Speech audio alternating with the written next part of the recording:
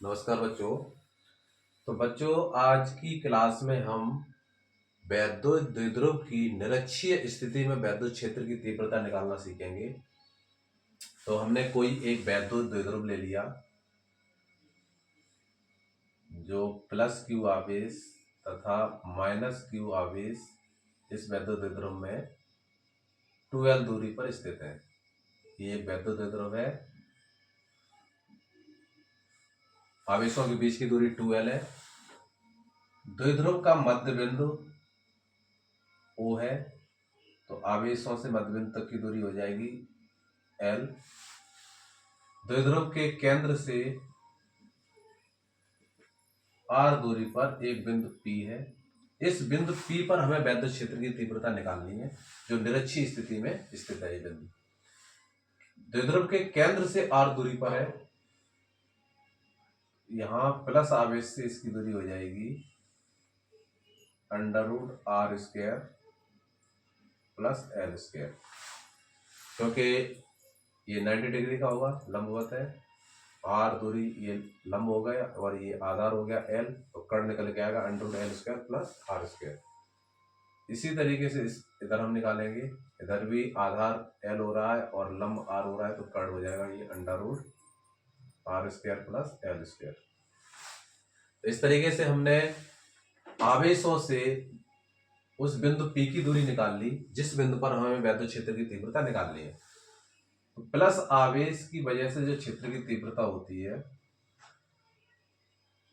वो बाहर की तरफ हो जाएगी, क्योंकि प्लस आवेश में क्षेत्र रेखा निकलती है। ऋण आवेश की वजह से जो क्षेत्र की तीव्रता होगी वो आवेश की तरफ हो जाएगी E2। धन आवेश की वजह से क्षेत्र की तीव्रता है वो आवेश से बाहर की तरफ होगी और ऋण आवेश की वजह से आवेश की तरफ।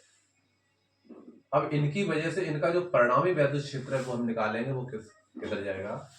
आवेश परिमाण में बराबर हैं, आवेशों से बिंदु P की दूरियां भी बराबर हैं, और वैद्युत क्षेत्र की तीव्रता जो होती है वो दो कारकों पे ही निर्भर करती है, आवेश के परिमाण पर और आवेश से उस बिंदु P की दूरी पर। यहाँ पर आवेश के परिमाण भी बराबर हैं और जिस बिंदु पर क्षेत्र की तीव्रता निकालनी है आवेशों से उसकी दूरियां भी बराबर हैं। तो इसका मतलब ये कि वैद्युत क्षेत्र E1 और E2 परिमाण में बराबर होंगे, दिशा में अलग अलग हो जाएंगे लेकिन परिमाण में ये बराबर रहेंगे। तो इनके जो परिणामी वैद्युत क्षेत्र होगा वो हम निकालेंगे, तो इस साइड आएगा।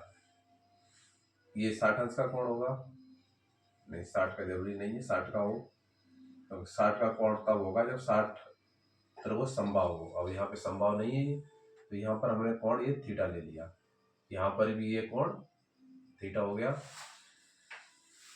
ये कोण थीटा है तो यहाँ पर ये भी थीटा निकल के आएगा।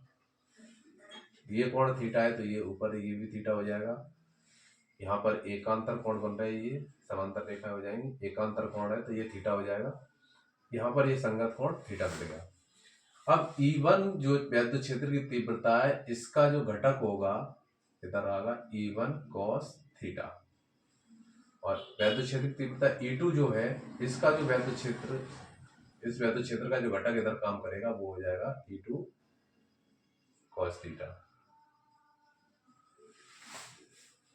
अब यहाँ पर थीटा और ये थीटा बराबर होंगे क्योंकि ये समद्विबाहु त्रिभुज बन रहा है, ये भुजा और ये भुजा बराबर है तो ये एंगल बराबर होंगे। तो यहाँ ऊपर भी थीटा होगा, ये भी थीटा होगा। E1 और E2 परिमाण में पहले से बराबर थे, cos थीटा के मान भी बराबर होंगे, तो ये जो मान निकल के आएगा और ये आपस में परिमाण में बराबर होंगे। यहाँ पर जो वैद्युत क्षेत्र की तीव्रता की दिशा है वो इधर निकल के आ रही है, प्लस आवेश से माइनस आवेश की तरफ। पहला घटक ये हो गया। इसी तरीके से E1 को दूसरा घटक भी वियोजित कर सकते हैं, इधर हो जाएगा E1 sin थीटा और नीचे की तरफ हो जाएगा E2 का घटक E2 sin थीटा। ये जो घटक लंबवत घटक है E1 sin थीटा और E2 sin थीटा, ये परिमाण में बराबर और दिशा में विपरीत है। दिशा में विपरीत होने की वजह से ये एक दूसरे को निरस्त कर देगा, इसका परिणामी शून्य रहेगा। सिर्फ 36 घटक जो है E1 cos theta E2 cos theta ये एक दिशा में प्राप्त हो रहा है, तो ये दोनों आपस में जुड़ जाएंगे। यानी बिंदु P पर जो परिणामी क्षेत्र होगा वो 36 घटक की वजह से होगा। ऊर्ध्व घटक एक दूसरे को निरस्त कर रहे हैं तो ये इसकी वजह से परिणामी क्षेत्र नहीं निकलेगा।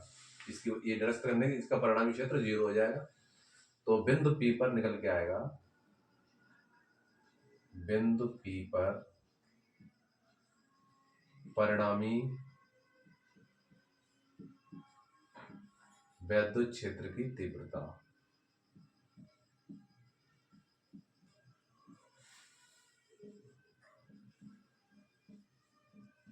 परिणामी वैद्युत क्षेत्र की तीव्रता निकालेंगे तो ये हो जाएगी E equal to E1 cos theta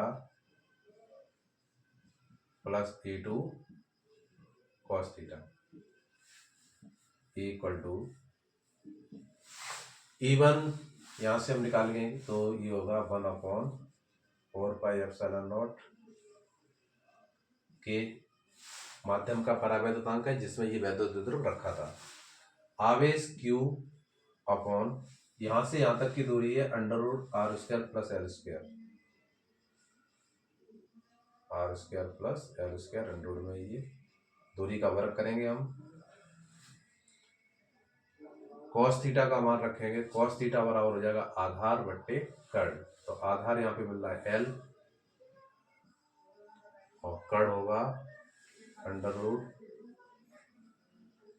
√r² plus l² plus इसी तरीके से E2 cos थीटा का मान यही निकल के आएगा 4πε0 के Q upon r² plus l²। ये E2 का मान हो गया क्योंकि आवेश वही है और दूरी भी वही है, प्रकृति विपरीत है, माइनस चिन्ह है। तो यहाँ सदिश राशि है वैद्युत क्षेत्र, सदिश राशि में चिन्ह पे ध्यान नहीं देंगे, चिन्ह को इग्नोर करेंगे क्योंकि सदिश राशि में दिशा ले ली जाती है तो चिन्ह नहीं लिया जाएगा। तो यहाँ पर हो जाएगा cos थीटा का मान √r² प्लस l²। जितनी वैल्यू इधर मिल रही है उतनी इधर है, तो हम इन दोनों को जोड़ देंगे तो ये हो जाएगा 2/4 पाई एप्सिलॉन के Q अपॉन और यहाँ पे L भी मिल जाएगा QL अपॉन, यहाँ पर वर्ग लगाया और ये वर्गमूल है कैंसिल हो जाएगा तो यहाँ पर मिलेगा r² प्लस l² और यहाँ पर r² प्लस l² पे अंडर रूट लगाए तो इसकी पावर हो जाएगी 1/2। तो इसको हम लिख सकते हैं 1/4 पाई एप्सिलॉन के 2QL upon r² plus l² की पावर 3/2। यहाँ 1/2 पावर है, इधर 1 है और 1 में और आधार बराबर है, घातें अलग अलग हैं तो समान आधार होने पर घातों को जोड़ दिया जाता है। तो 1 में 1/2 ऐड करेंगे तो ये जाएगा 3/2 पावर।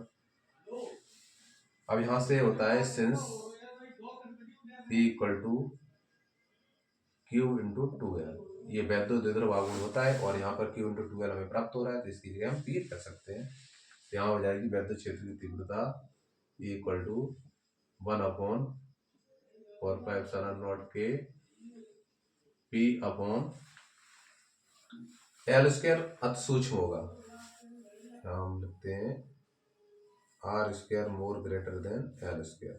l² बहुत सूक्ष्म है तो l² को हम छोड़ देंगे तो यहाँ पर हो जाएगा r² पावर 3/2।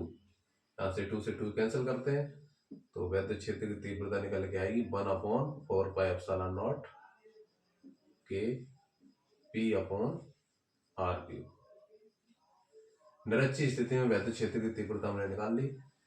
तो यहाँ से स्पष्ट हो रहा है कि जो निरक्षीय स्थिति में वैद्युत क्षेत्र की तीव्रता है वो 1/4 pi epsilon P upon r³ है, जबकि हमने पिछले वीडियो में जो निकाली थी अक्षीय स्थिति में वैद्युत क्षेत्र की तीव्रता तो यहाँ पर आया था 1/4 पाई एप्सिलॉन के 2P अपॉन r³। तो यहाँ पर क्षेत्र की तीव्रता अच्छी स्थिति में वैद्युत क्षेत्र की तीव्रता की आधी प्राप्त हो रही है। तो ये इस तरीके से हमने वैद्युत क्षेत्र की तीव्रता निकाली, तो आपको समझ में आया होगा। और अगर किसी प्रकार की समझने में प्रॉब्लम है तो कमेंट करके जरूर बताया करें कहाँ पर प्रॉब्लम आती है, और आगे का सिलेबस हम आगे के वीडियो में कराएंगे। तो चैनल को देखते रहें और सब्सक्राइब करें।